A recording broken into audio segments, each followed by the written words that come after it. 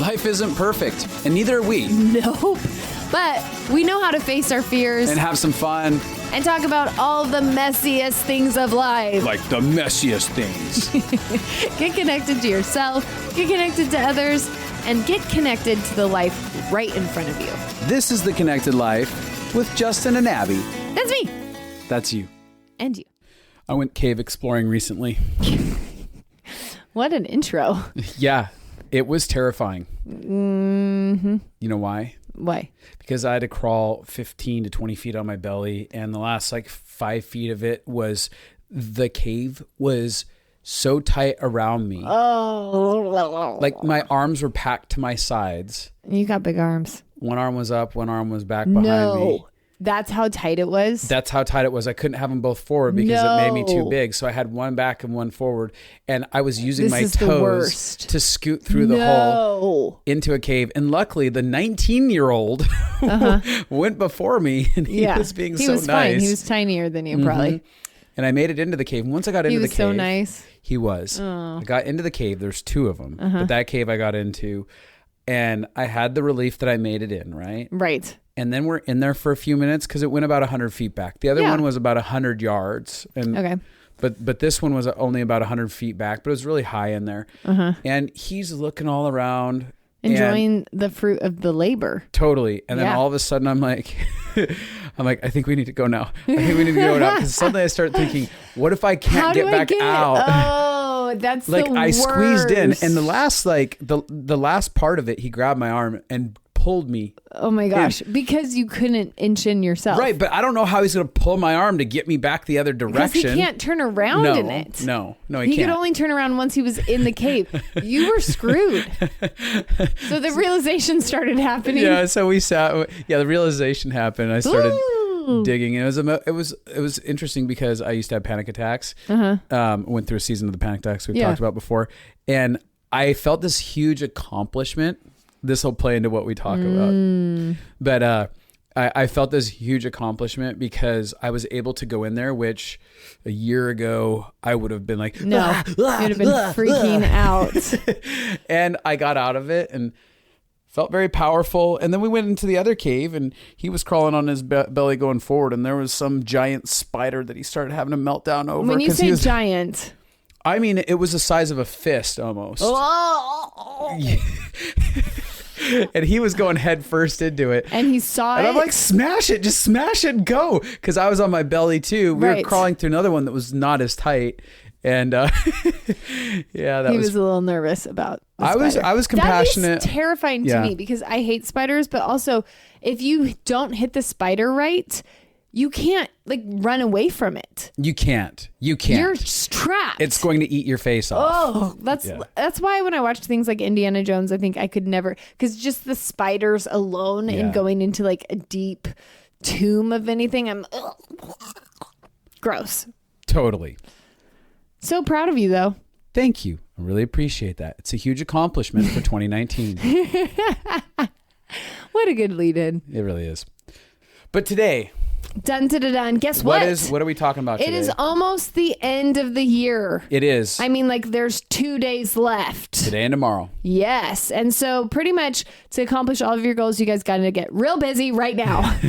Go. Hurry up. Get it all done. Because today we're going to talk about looking back to look forward. No. I was saying all of their goals that they hadn't done yet. Yeah, and that's my point. You're going to be looking back to look forward today. Mm-hmm. That's what we're going to do. Mm-hmm. Okay. You threw me off there. I was on a roll. I know. You jump into your role. I don't know what I was saying. Okay.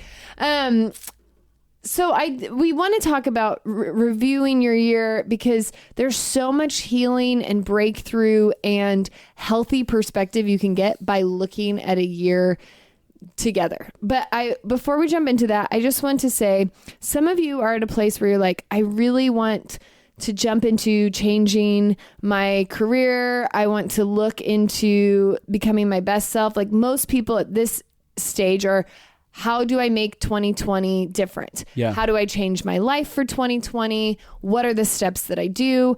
And a lot of people make resolutions at the beginning of a new year and then have no way to actually follow it up. And then they feel like failures. And then when you feel like failures, you don't feel like you're accomplishing as much. Totally. So we did make the Living Fully Alive course to be a 4-month course that starts in January for this sake. You don't have to keep motivated. You can just follow the course. It will be motivation for you. Yep. It will actually take you weeks. on the path to actually learn what's going on inside of yourself, learn how you operate, learn how to switch your beliefs, learn how to change your goals, learn how to show up the way you want to show up. The feedback we got last year was so overwhelming about people actually getting the life that they've been wanting, the life they've been going after for years. They're like, oh, I've been pursuing this for 10 years, 50 years. I've been trying to get this breakthrough. And it's like acceleration happened with this. But also, and this is the last thing I'll say, is there's a lot of people out there that I know want to be life coaches, life consultants. They want to do professions where they help people. We've actually had lots of counselors take the course, which is a really big honor. But they always ask me, Abby, do you need a certificate to become a life consultant or a life coach? And here's the truth. It's an unregulated field and you don't need a certificate to do it. You just do it. What you need is skills. Like you cannot be a life consultant or a life coach without being good at what you're doing. Because the way that you grow a business is by having people want to come back because your life is actually changing. You need to know how humans work and know how to help them grow and have breakthrough in your own life. So that's what we say. We pitch the course as, if you want to become a life consultant or a life coach, these are the things you need to know about how humans work in order to be able to motivate, challenge, love, heal, empower them. Like these are the keys that you need that we've used in all of our sessions, that we've trained all of our consultants. We've trained multiple consultants who are loving their jobs. So this is the last pitch. Justin is so excited for this course registration to close because he's tired of me pitching it. But I feel really excited and I want people to know what they're going to get. Yeah. So if you enter the code today and tomorrow of Resolution 2020, you can save $100 off the course. Resolution 2020. It's your 2020 resolution is to actually get change and transformation. So Resolution 2020, get on there. Change your life. It's a new decade. And after the 31st, there's no more signing up on that, baby. Dun, dun, dun. So let's go ahead and jump in today's topic. Talking about this last year. Looking back to look forward. Yeah, I think that every year this is something that we do. We are intentional about looking at what has happened. Yeah. Do you have anything to add? Nope. Oh, okay. I think for me personally, at the end of every year, I'm doing a year in review. Yep. A lot of times we just want to bury our previous years and act like they never happened. And it's like, oh, thank God, here comes 2020. May it be better than this last year. I want to black this one out. Yeah. And there's a lot of times that we want to take our forget me now pills, all of you Arrested Development watchers from the past out there. We just want to make it all go away as if it never happened.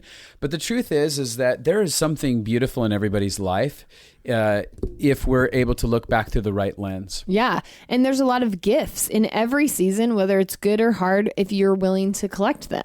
Absolutely. So we're going to talk about how to go through your year in review. We're going to give you a lot of practical steps on how to do it. But one of the things that I start with is I just write out all like the major events or happenings that have happened throughout the year. And I don't have to do it in order because that feels overwhelming to remember which month it was from. But there'll be stuff that you think about and you're like, oh yeah, this was a major piece of my life. And a lot of people, here's the thing, some of you are going to have to stop in order to do this and get present with yourself because you've so been in survival mode your entire year, just kind of trying to get through it to the next year, that there's almost like when you ask like, what did you do this year? I don't know.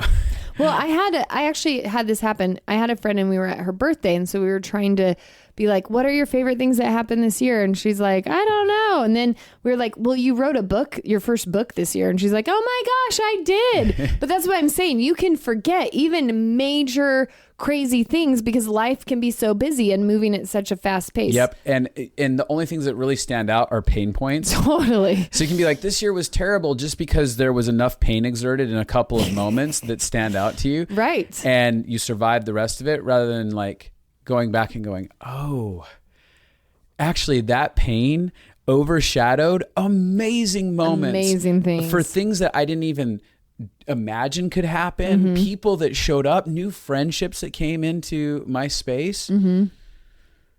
So I think it's a really big deal. Abby's just staring at me. Well, I was listening. I thought what you were saying was good. I didn't know you were done.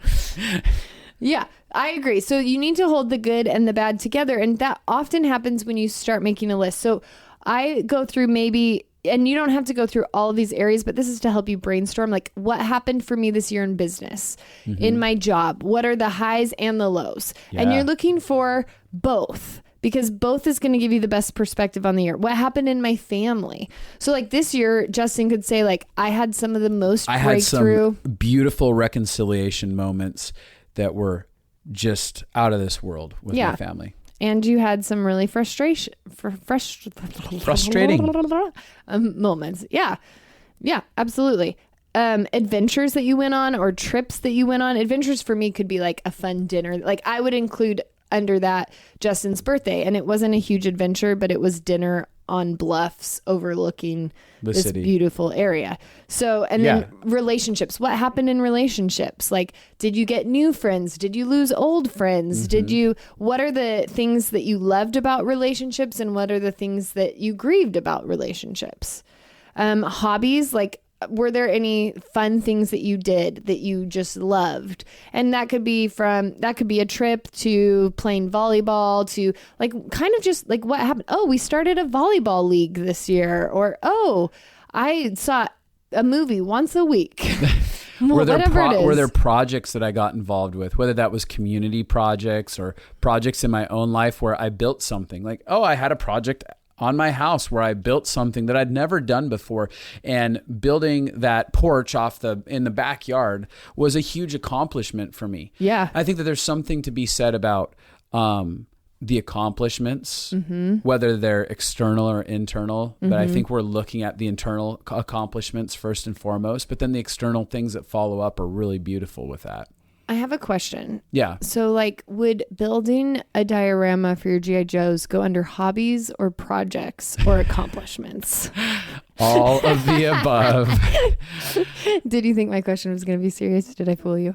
I did think it was going to be serious. I'm working on one right now for my Teenage Mutant Ninja Turtles. It's a sewer diorama. It's all going to have lights. I know, it's actually really awesome. Yeah. We should post it when it's done. I will. Okay, so we're looking at the whole. What are the things that happened? So if you were to look over your year, what would be some of the things? I felt like, not to dabble in this one too much, but when we launched LFA last year, that was actually a really powerful time for us. And it felt very successful, not just in what happened in it, but us failing forward, so to say, where I was like, I've never done any of this before to create what I did. You had to research so much, learn so much. I was working 80 hours a week almost, trying to make it happen so fast and figure out what I wanted to do.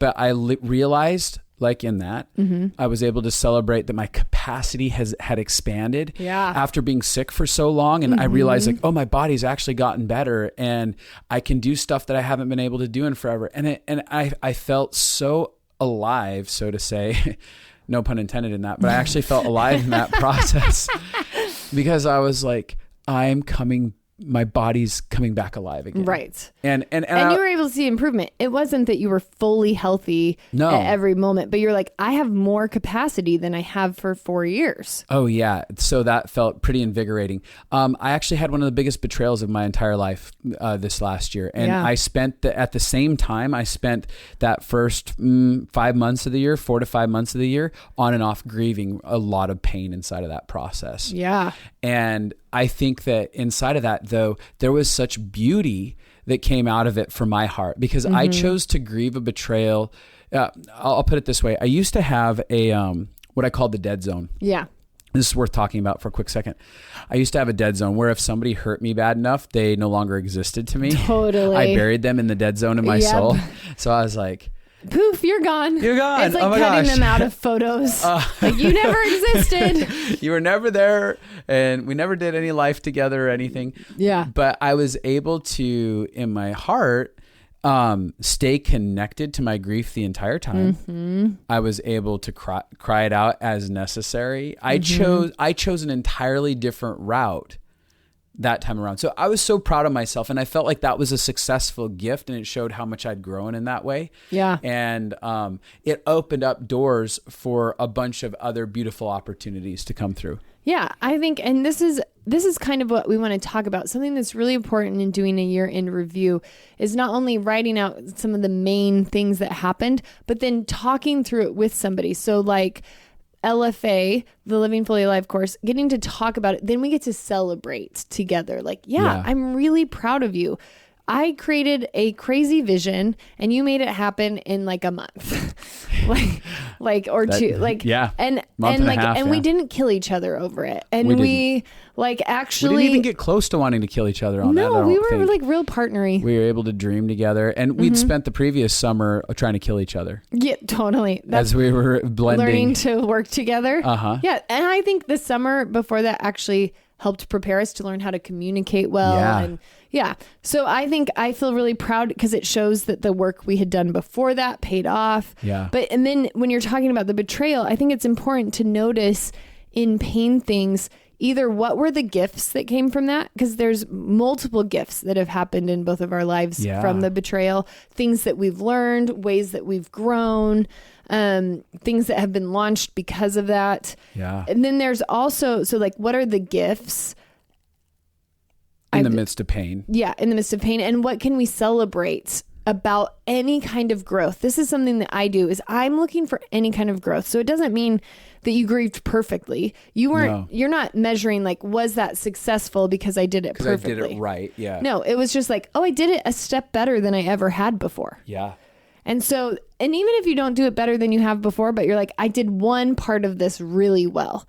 Those things deserve to be validated, celebrated, shared with people. Like, hey, I'm really proud of myself. I did this. Yeah, I think that kind of as we're talking about this, we have to acknowledge when we do our year in review, acknowledge what didn't happen, or dreams that went unfulfilled, or ultimately the disappointments. Like, what were these disappointments that happened in my life? Yeah. And as Abby said, what were the gifts inside of it? Because the fullness of celebration can never be experienced until without pain, without the acknowledgement of the pain that happened, and then what came out of the pain. Yeah. And there's something in that. I think that's so good. And that's literally Inside Out was like, you can't have joy without sadness. Like it doesn't actually work. And that makes me think about like my year. And I mentioned this a little bit in our gratitude podcast. It would be very easy if I didn't take time to think through what all happened this year to only define my year by sickness. Because it is by far the loudest memory that I have. Right. The most hours that I can think of, the most intense. And I think this happens for everyone. You know, like I know people, they get a divorce in a year and that whole year is defined by the divorce. And it's not bad that that's one of the most prevalent things that happen to you. But there's so much more going on inside of a year, and it's really empowering. So when I look back and I'm like, wow, okay, we'd never done courses before, and we did 2 courses this year.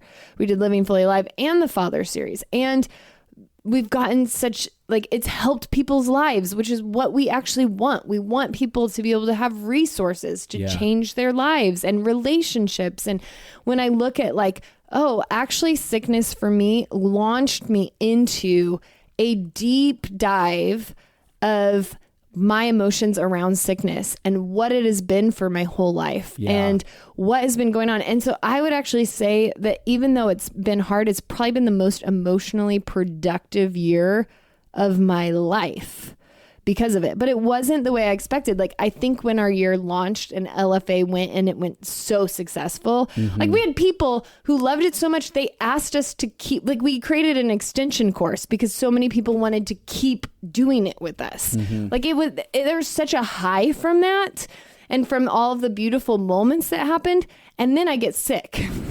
Yeah. Right after that. So I think I thought, oh, the year's going to be a high. The whole year, we're just going to go from glory to glory. Like the last 3 years and have then been so I'm right hard. into a brick wall. Totally. And that's what happens is that there's moments throughout your journey where you run right into a brick wall where you're like, oh, things are awesome. And then not so awesome. Yeah. Like expectations unfulfilled. And if we don't process and grieve that, then what we do is we begin to carry skepticism and doubt and like the belief that things won't work for our good. Yeah. You know, on that, as we're processing through that, some of the things that I've processed through is the radical love that came to me through people, through all of it, whether it was through the betrayal. I had so many people show up for me and love me and care for me, or whether it was through you being sick. I watched as people showed up one after another to like be there, as you chose to be very vulnerable, and you chose to be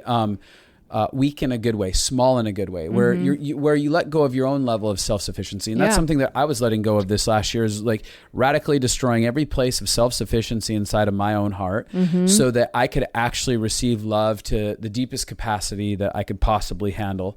And that's something that you started doing. So then I watched people, because there's an availability that says, I'm in need. Yeah. Will you come meet me here? And we just watched as people over and over again showed up to hug on us, to talk to us, to give us encouraging words. To hold us while we cried. Totally. Over and over again throughout the grief process that did happen this year in the midst of successful experiences. Yeah. I watched as one of our friends had us out to their home for an entire week, where we got to go play at their lake house and rest and get restored in the middle of the summer.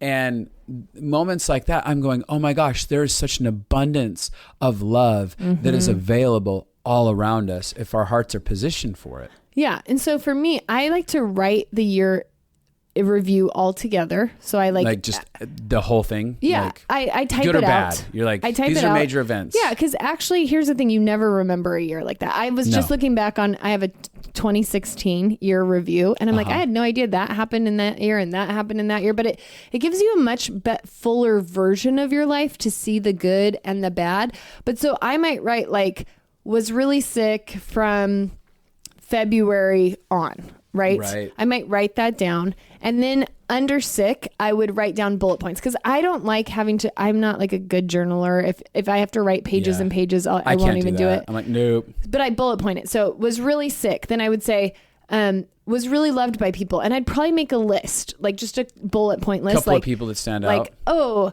Courtney really helped me in this area. And, Ruth really held me when I had to cry about this, and Katrina and Doug really prayed for me, and I felt better afterwards. Like, I'm writing out the main bullet points of my friends and what is happening, so that I can just remember. And what it does is it gives you something to look back on where you can see gratitude. But also when I look back on pain, something that I look through is like, I feel proud when I look at like all that I went through this year, emotionally and physically, because the sickness like spurred on me facing a lot of really hard things about me. And so I would say that when I look at that, I feel proud. When I see suffering, and I remember a couple of years ago, so many bad things happened in 1 year that when I looked at the year, I actually just felt like I am a freaking badass. I made it through that. I survived. That is a lot of crap to happen to somebody in a year. And I didn't feel discouraged by it. I felt proud. Like, sometimes when I look at the things I've gone through, and I don't think we should glory in going through hard things, because we're not meant to only get self-worth. But there's something we're celebrating about surviving. Yeah. And going, hey, I survived that. Yeah. That's beautiful. I didn't give up. I'm still here. I didn't quit. That's amazing. Yeah.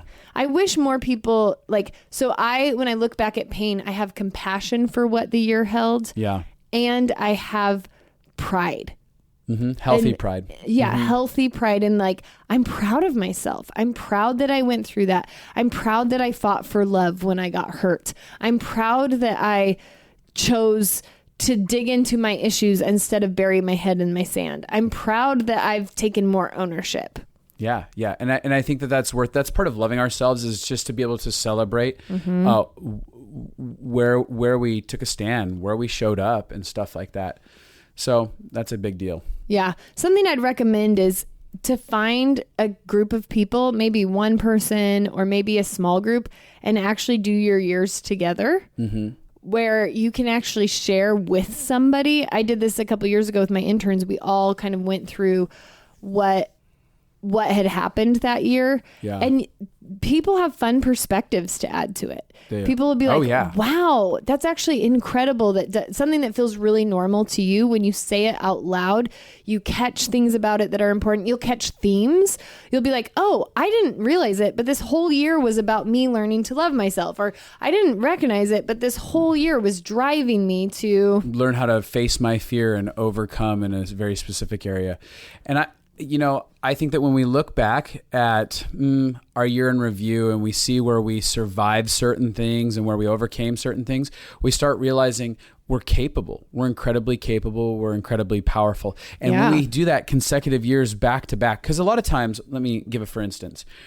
In our marriage, if we didn't have review times every once in a while in our marriage, we'd still be convinced we never changed. Nothing's better about our marriage. Yes.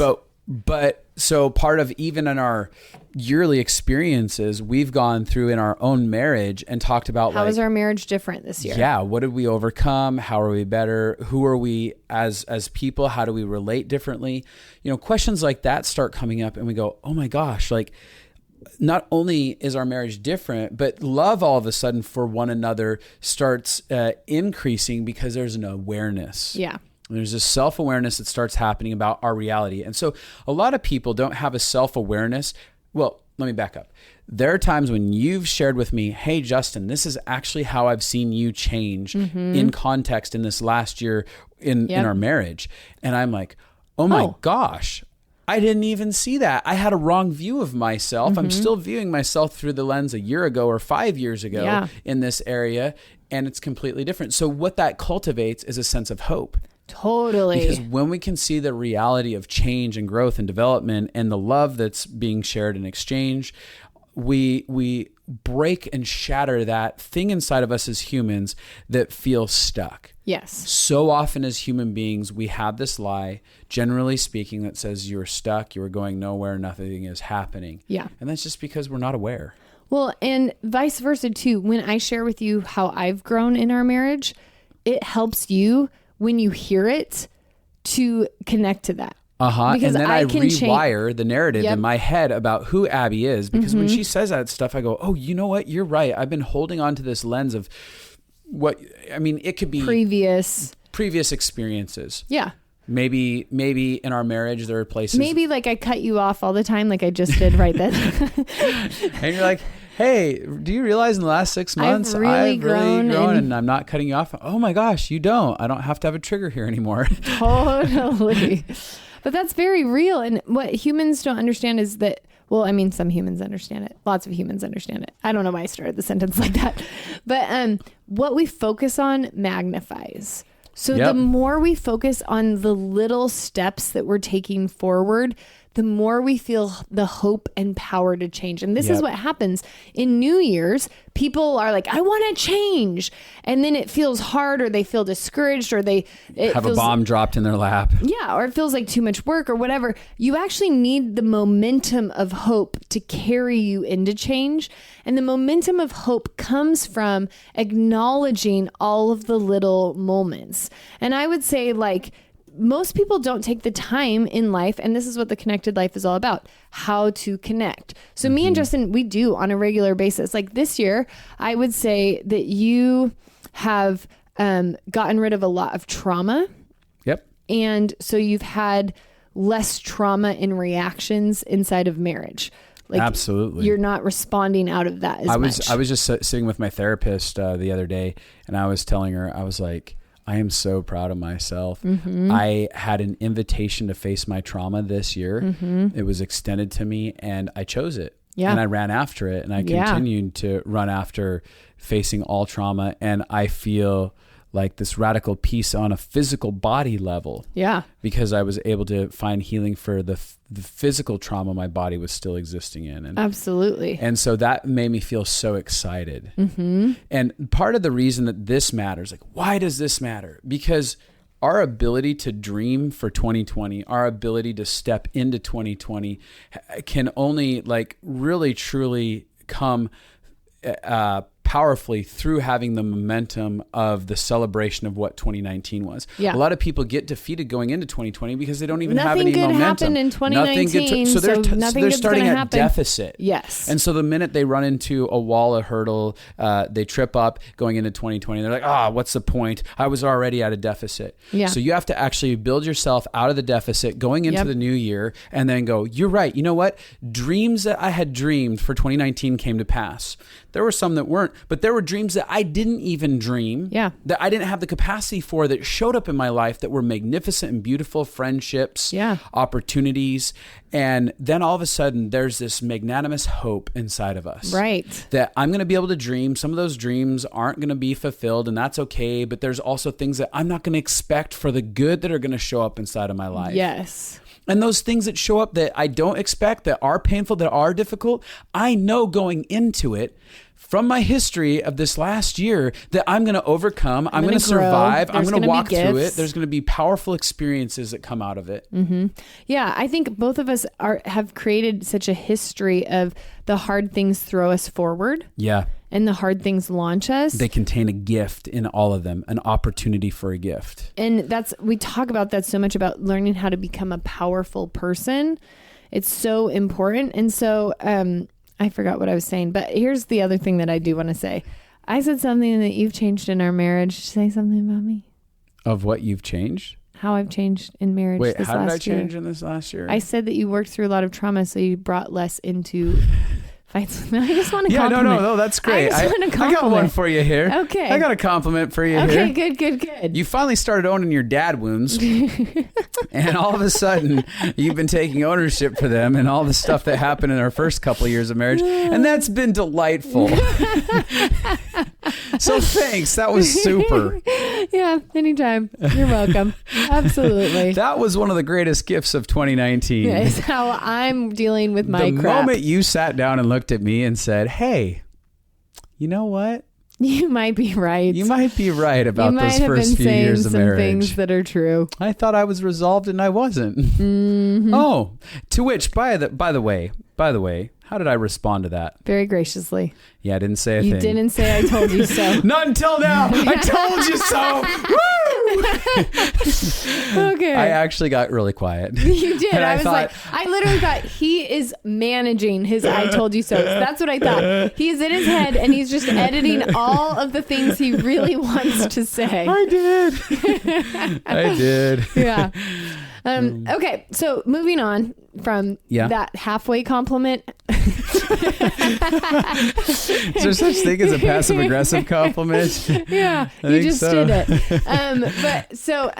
One thing that I do to look ahead is I actually look at what is a goal for next year, but I look for something, not something that's out of my control. So my first goal in any year is not to get this job or to build this thing or whatever it is. It's never something that I don't have power over. It's not some external thing that has to happen for me so that I'm going to be better off at life. It's an internal thing that I can do no matter what happens. Yeah. So like, let's say facing fear is one of mine. Well, I can do that whether everything is going right for me or everything's going wrong for me. It's or true. like learning to love. I want to love myself more this year. Well, I can do that whether everything is, if I fail, I can still love myself, or if I'm doing awesome, I can still love myself. So I always pick one thing, and I don't pick a million things, because here's what happens. People are like, well, I want to face my fears. I want to love myself. I want to have a voice. I want to face all my childhood and none of it's wounds. working out well off the bat. You can't even remember. If you can't remember your list, it's too long. Take one or two things. Yes. Really, especially for the beginning of the year. Yeah, one thing as a side note that comes up is the idea of being present. There's one. I'm going to learn how to be really present in conversations with strangers and with family members and fellow employees. Yeah. And what it does is it gives you something that no matter what circumstances are happening, you get to feel powerful in. Mm-hmm. Because you get to be like, oh, I'm not being present. Oh, I'm going to go just sit down and have a conversation with somebody and not bring my phone. Mm-hmm. Or not think about my to-do list, or not think about everything that was bad yesterday. And it also gives you vision for when something hard comes. You're like, okay, well, so how do I handle this? Well, my goal is to be present. So I'm going to be present through this process. I'm going to cry when I need to cry. I'm going to let people in when I need to let people in. I'm going to get angry when I need to get angry and be honest about it. Yeah. So it's very much like if you pick one thing, it will carry you with so much hope in every circumstance of what happens next year. And then you won't be like, kind of like we both were a little whiplashed this year when I got so sick. Yeah. Because we both thought, we're finally free. We're running at our lives. We're feeling pretty great. Yeah. And so, but thankfully we both had internal goals so that when our external things changed, we were able to switch things. Yeah. It's a huge deal. So I would recommend you take some time, write out the year, make a goal that's internal, share with people, say out loud the things you're proud of yourself for, say out loud the things that were hard. Both of those are very vulnerable. Yeah. Sometimes it's easier to say everything that's hard, but it's hard to say what you're proud of yourself for. Yeah. Sometimes it's easy to say everything that you're proud of yourself, but hard to say what was hard for you. But this is giving a whole view of you to another human, which means they can give a whole view of them to you. And then you have what? Connection. Oh, look what you did there. The connected life. Which, by the way, as a side note, we're coming on to 1 year. Anniversary. 1 year anniversary of the Connected Life. I know. It's been amazing. We've had more than 500,000. I mean, we're approaching like 800,000 downloads or something.